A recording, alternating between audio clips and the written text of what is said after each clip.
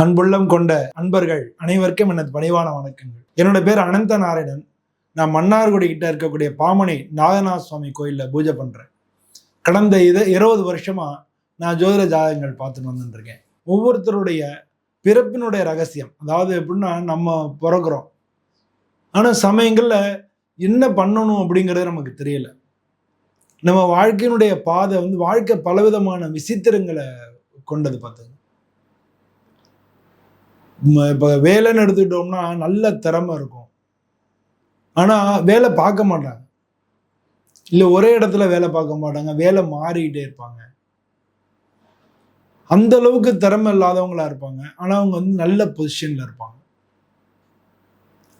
So இதெல்லாம் எனக்கு தெரிஞ்ச வரைக்கும் பார்த்தீங்கன்னா, அப்போ 10th +2 இந்த மாதிரிலாம் இருக்கும் பொழுது அதில் ஃபஸ்ட்டு மார்க் வாங்கினவங்கெல்லாம் சாதாரணமாக இருக்கிறத ஏதான ஒரு கவர்மெண்ட் ஆஃபீஸ்லையோ இல்லை சாதாரணமான வேலைகள் பார்க்குறேன். அதுலேயே கடைசி பெஞ்ச் அப்படின்னு சொல்லுவாங்க இல்லையா, பின்னால் அதில் அப்போல்லாம் மார்க் வாங்காதவங்கலாம் இன்னைக்கு பெரிய லெவலில் இருக்காங்க. எனக்கு தெரிஞ்ச என்னுடைய நண்பன் மங்கள்ராஜன் எப்பவுமே என்னை பார்த்து தான் எழுதுவான். அதனால நல்லா படிடா அப்படின்லாம் சொல்லுவான் அப்படின்னு சொல்கிறேன். ஆனால் பார்த்தீங்கன்னா அதுக்கப்புறம் நாங்கள் அந்த ஸ்கூலிங் முடிஞ்சு வெளில வரும்பொழுது நல்லா படித்து நல்ல மார்க்லாம் வாங்கி யூனிவர்சிட்டி ஹோல்டராகி நீங்கள் ப்ரொஃபஸராக இருக்கார் அந்த நண்பர். ஸோ இது மாதிரி வாழ்க்கை பலவிதமான விசித்திரங்களை கொண்டுள்ளது. அப்போ இந்த மாதிரி அப்போ ஒருத்தருடைய பிறப்பு என்ன, எதனால அவங்க பிறந்திருக்காங்க, அதில் ஏன்னா காலம்ன்றது ரொம்ப பெருசு. அது நம்மளுடைய வாழ்க்கை ரொம்ப ரொம்ப ஒரு சின்ன துளி மாதிரி. இந்த காலகட்டத்தில் நம்ம இங்கே பிறந்திருக்கோம், என்ன செய்யணும் அப்படிங்கிறது, நம்மளுடைய இங்கே பூமிக்கு வந்த அந்த வேலை நம்ம முடிச்சிட்டோம்னா நம்ம திரும்ப பிறக்க வேண்டிய அவசியம் இல்லை. அப்படி முடிக்கலை, நம்ம சொத்திக்கிட்டே இருக்கோம் அப்படின்னோம்னா நமக்கு மறுபிறப்பி உண்டு.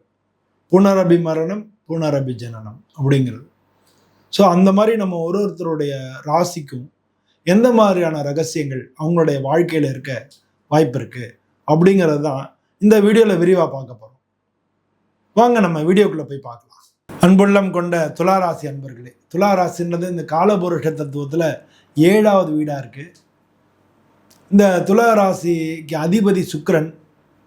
இந்த ராசியில் இருக்கக்கூடிய நட்சத்திரங்கள் சித்திரை 3-4 பாதங்கள், சுவாதி நட்சத்திரம், விசாக நட்சத்திரம் 1-2-3 பாதங்கள்.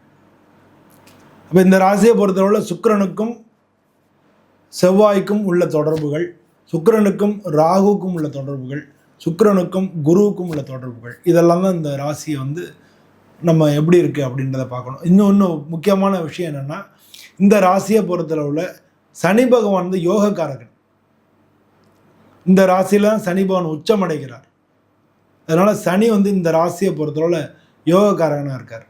அதனால் துலா ராசியை சேர்ந்தவங்க நிறையா பேர் இவங்களுக்கு 10ஆம் வீட்டுக்கு அதிபதி சந்திரனாக இருக்கார். 10ஆம் வீட்டுக்கு அதிபதி துலா ராசிக்கு சந்திரனாக இருக்கிறதுனால இவங்களுக்கு தொழில் ரீதியில் நிறைய அப்ஸ் அண்ட் டவுன்ஸ் சந்திப்பாங்க. நல்லா இருக்காமல் இருக்கும், திரும்ப இறங்கிடும், திரும்ப நல்லா இருக்காமல் திரும்ப இறங்கிடும். இது மாதிரி நிறைய அப்ஸ் அண்ட் டவுன்ஸ் இவங்க சந்திப்பாங்க இந்த ராசியை சேர்ந்தவங்க. அதனால பொதுவாக இவங்களுடைய தசாபுத்திகளை பார்த்து அதை ஸ்டெபிலைஸ் பண்ணிகிட்டே இருக்கணும். மனசை கண்ட்ரோல் பண்ணிக்கணும், மனசுக்கு பயிற்சி கொடுக்கணும், உடம்புக்கு பயிற்சி கொடுக்கணும். இது ரெண்டும் கொடுக்கும்பொழுது தான் உங்களுக்கு நல்லாயிருக்கும். இவங்க வாழ்க்கையை பொறுத்தவரை 7வது வீட்டுக்கு அதிபதி செவ்வாய். அவர் தான் குடும்பஸ்தானத்துக்கும் அதிபதியாக இருக்கிறதுனால இவங்களுக்கு குடும்ப வாழ்க்கை அமைந்த பிறகு வாழ்க்கையில் முன்னேற்றங்கள் நிச்சயமாக கிடைக்கும். அது வரைக்கும் சாதாரணமாக தான் இருப்பாங்க. இவங்க கல்யாணம் ஆனதுக்கு அப்புறம் நல்ல பொசிஷனுக்கு வருவாங்க. ஆனாலும் உங்களுக்கு ஏற்ற இறக்கம் அப்படின்றத இவங்க சந்திக்கக்கூடியவங்களா இருப்பாங்கன்றதையும் மறந்துடக்கூடாது. ஏன்னா இவங்களுக்கு 8ஆம் வீட்டுக்கு அதிபதியும் சுக்கிரன் தான். இவங்க ராசியாதிபதி தான் 8ஆம் வீட்டுக்கு அதிபதியும் சுக்கிரன் தான். இவங்களுக்கு 6வது வீட்டுக்கு அதிபதி குரு பகவான். அதனால பொருளாதார ரீதியாக இவங்களுக்கு ஒரு சில குழப்பங்களும் ஒரு சில நெருக்கடிகளும் இவங்களுக்கு நடுவில் வந்து போகும். ஆனாலும் இவங்க அது எல்லாத்தையும் திறமையாக சமாளிச்சிருவாங்க. ஏன்னா இவங்க இந்த ராசிக்கு சின்னமே தராசு தான். அதனால் எதையும் எடை போட்டுருவாங்க. பின்னால் வரக்கூடியதை முன்னாலே அவங்க அறிஞ்சிக்கக்கூடியவங்க. அப்படி அறிஞ்சிக்காமல், அதான் சொல்ல, அதுக்கு தான் மனசை பழக்கப்படுத்தணும் அப்படின்னு சொல்லி, அப்படி அறிஞ்சிக்காமல் இருந்தாங்கன்னா தான் இந்த பிரச்சனைகளே. இந்த ராசியில் இருக்கக்கூடிய நட்சத்திரங்கள் அப்படின்னு பார்த்து சித்திரை நட்சத்திரம் செவ்வாயோட நட்சத்திரம்ன்றதுனால அவங்க பொதுவாக இந்த ராசியில் வரக்கூடிய விசாக நட்சத்திரத்தில் தான் முருகன் பிறந்தார்.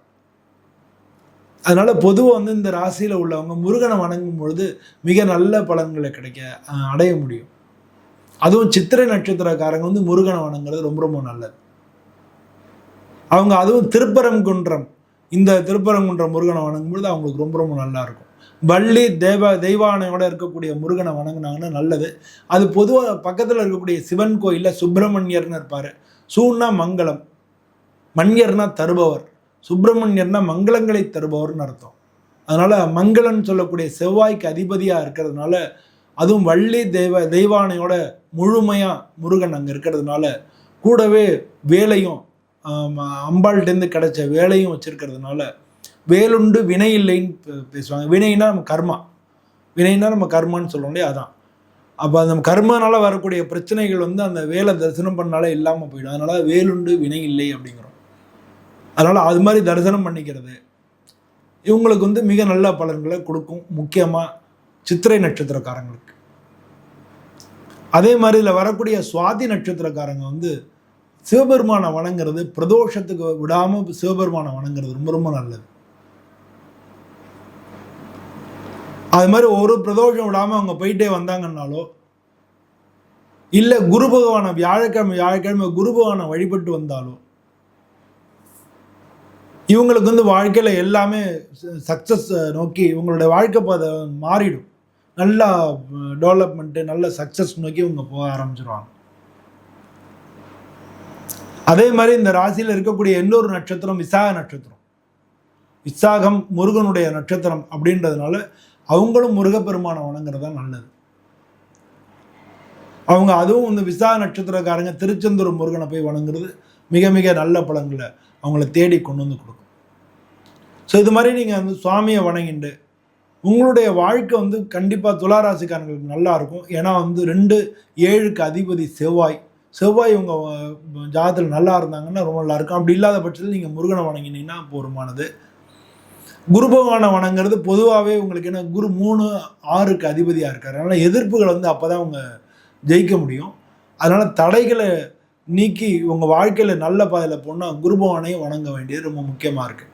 இந்த ராசிக்கு அதிபதி சுக்கிரனே 8ஆம் வீட்டுக்கும் அதிபதியாக இருக்கிறதுனால அம்பாள் வழிபாடு உங்களுக்கு ரொம்ப முக்கியம். அப்போ எல்லாத்தையும் வழிபண்ணுமா சார் அப்படின்னா அப்படி இல்லை.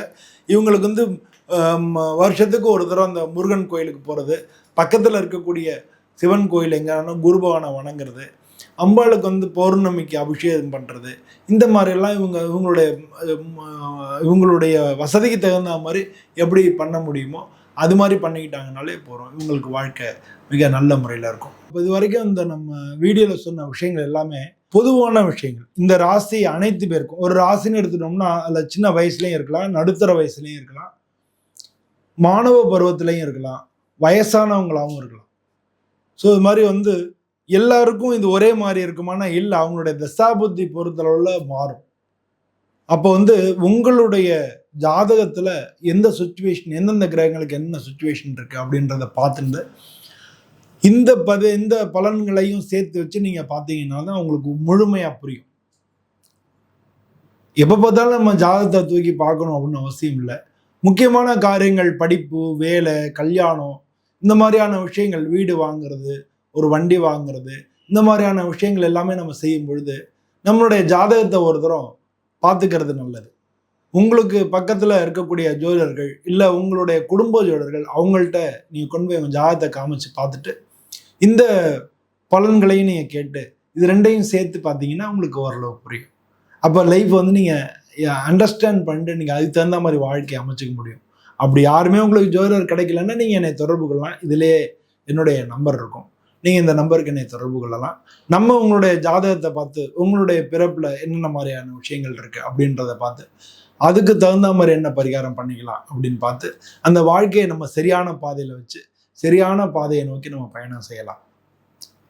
எல்லாரும் இந்த வீடியோ பிடிச்சிருந்தா லைக் பண்ணுங்கள், ஷேர் பண்ணுங்கள், கமெண்ட் பண்ணுங்கள். எல்லோருக்கும் நன்றி, வணக்கம்.